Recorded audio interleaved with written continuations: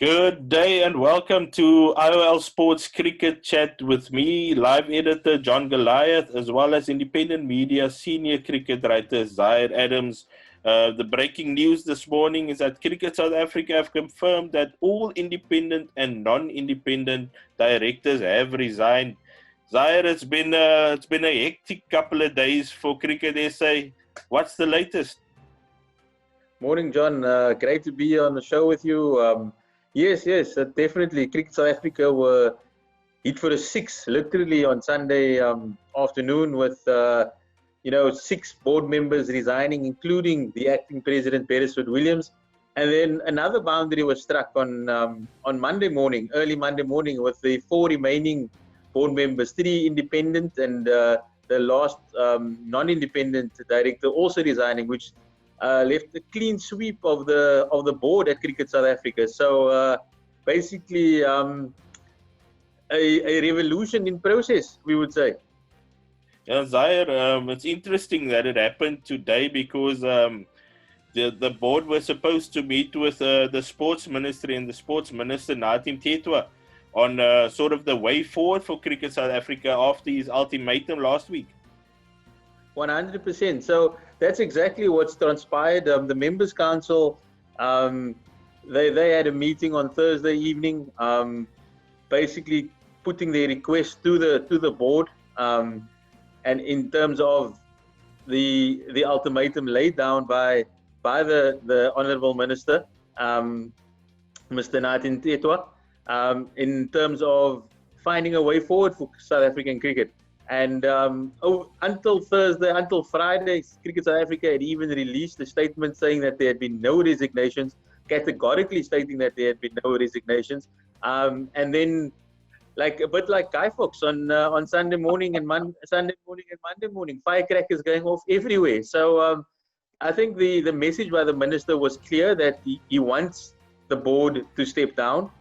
He wanted the board to step down, and the members' council, which is the highest body within Cricket South Africa, made up of the 14 presidents, provincial presidents, put it to the board, and they've all obliged by putting in their resignation. Whether that will appease the minister is a different story altogether. We will only find that out tomorrow when Cricket South Africa provides the minister and the sports ministry with the documents and on the way forward and outlining their plan, their way forward. So I don't think it's completely over yet, and that's why I said the revolution is still in full swing.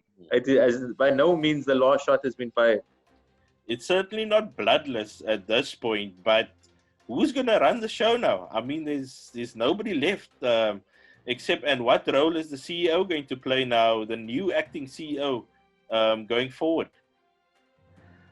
So a new position has been created, an acting president of the members members council, Mr. Rian Richards from the Northern Cape. I think there are more actors in that CSA than at Bollywood at the moment, but that's just the nature of the beast. So Rian Richards, he will lead, he will hand over the documents. I think the acting CEO, Kugandri Governor, will also play a pivotal role in the organization going forward, and the new structure from a operations point of view.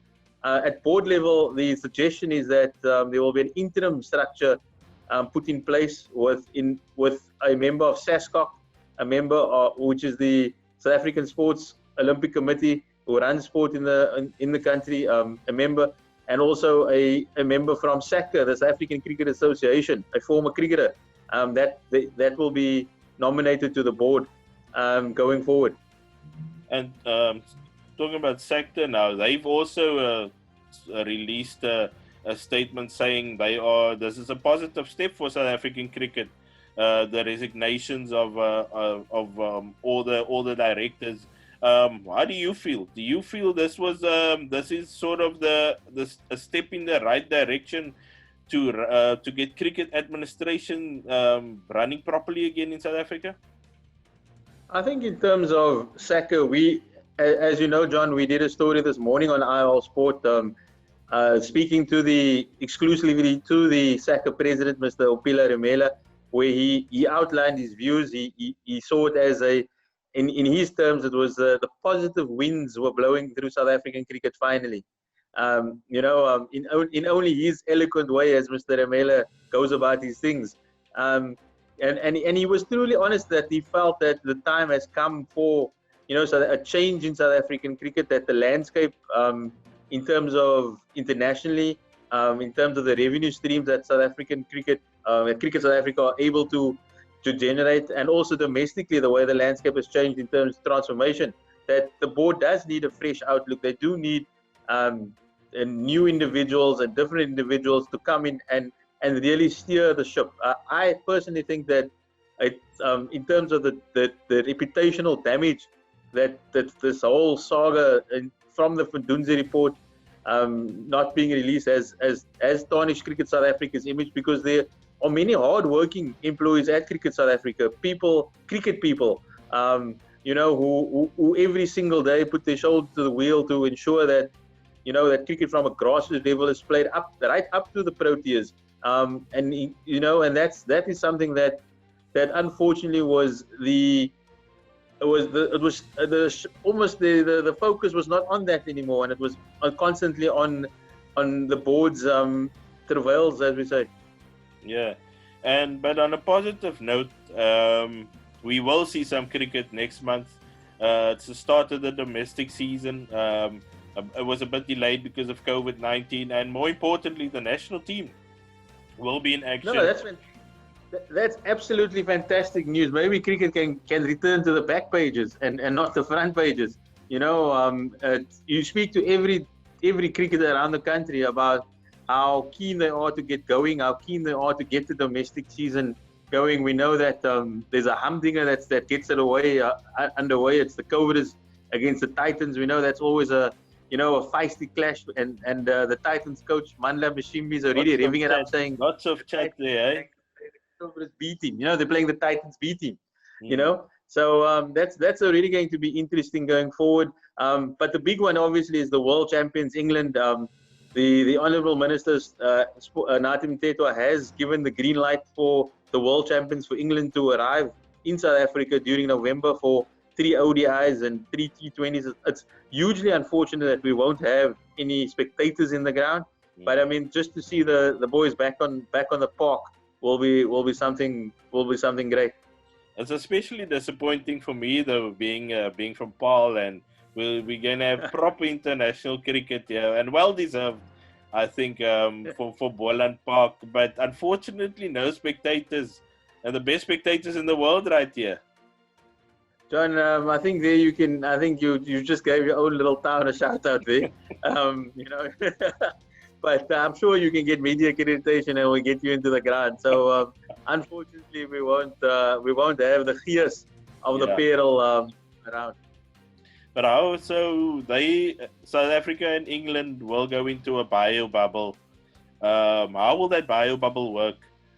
In terms of, we know they are playing at Newlands and in Paarl, but are they going to stay together? Will they train together? Will they eat together? It's probably going to be weird for both teams. It's basically, I think England are quite used to it. They've basically worn out from biobubbles already. They've been in a biobubble since July. In England, they've had the West Indies come over, they had Pakistan come over, they had Ireland come over, they had Australia come over. So they actually had a full summer, despite the the COVID-19 interruptions, all set in the biobubble. We saw the hoo-ha that happened when Jofra Archer left the biobubble, and I think players need to become accustomed to, and unfortunately at this stage they need to, it takes a lot of sacrifice, but there's so much at stake. I mean, this tour alone is worth close to 70 million rand for Cricket South Africa. So for any player to breach the biobubble, it would be extremely selfish, because there's so many livelihoods that depend on this tour going, and that's what professional sport is about. It's the livelihoods not only of the players but the staff and everybody related to the two organizations. We already heard that England will be setting in pay cuts for the world champions. They'll all be taking a 15% pay cut due to COVID-19, and they've had a full summer. So the real ramifications, the realities of the way it's going to work is that both teams will be staying at the Vineyard Hotel in Cape Town. And right opposite the Vineyard Hotel, literally a street away, is the Vineyard Oval, home of West Bromwich Cricket Club, and they will play warm-up games there, and they'll also train there, the English side. So it will be, and the entire hotel will be only accessible by the cricketers and the broadcasters. There will be no other guests during their stay at the hotel. So that these are, and this is coming at a huge cost to Cricket South Africa, and England too, who are paying their own chartered flight to South Africa. So the economics behind this is massive, and players have a responsibility to adhere to these protocols. Zaahier, thank you very much for your time. It's been very enlightening, and hopefully we'll, as you say, the back pages will dominate soon when cricket starts again next month. But let's hope the administrators can get their act together so that this beautiful game which we all love can thrive. No, thank you very much, John. And like we said, it's still a long road ahead. The minister will be receiving those documents tomorrow and obviously going through them very carefully. And a lot will depend on that meeting, on how we are going to go forward with the game in this country. Thanks, my friend. All of the best.